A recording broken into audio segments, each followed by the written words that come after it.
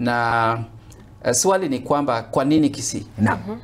Kwa nini Kisii? Na ni nani ambaye anajaribu kuhakikisha kwamba watoto wameiba mtihani ama wameibiwa mtihani? Kisii. Naam. Yeah. Tunajua kwamba ufisadi mara mingi ni mambo ya culture. Kitamaduni.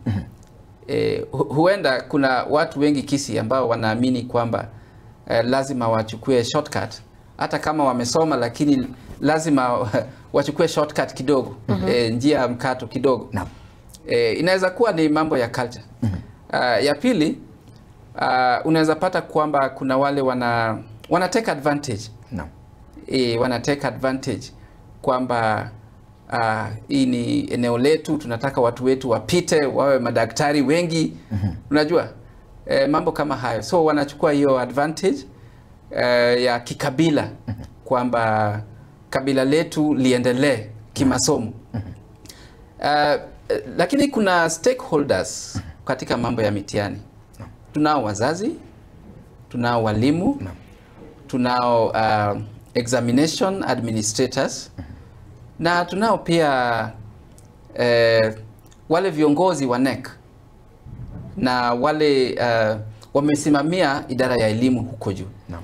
Kwa hivyo tutaangazia kwamba hawa stakeholders, nani hasa anajaribu kuhakikisha kwamba mtihani umeibwa Kisii.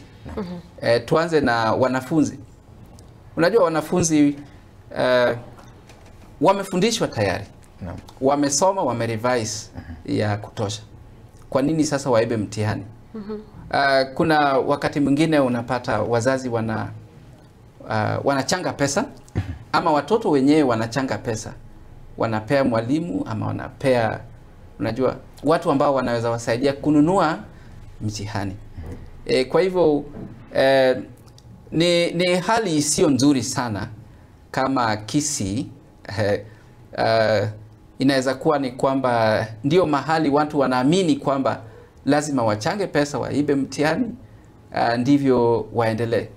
Kwa hivyo unataka kusema kwamba mara nyingine pia hali ya udanganyifu usababishwa ama uchangiwa pakubwa kwa ushirikiano wa wazazi wenyewe katika jamii na wanafunzi na watu fulani ambao wako na nia ya kutaka jamii ionekane?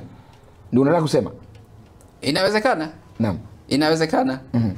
Unaweza pata kwamba jamii inaamua kwamba tunataka kusaidia watu wetu. Wapate elimu ya juu, tusibaki nyuma.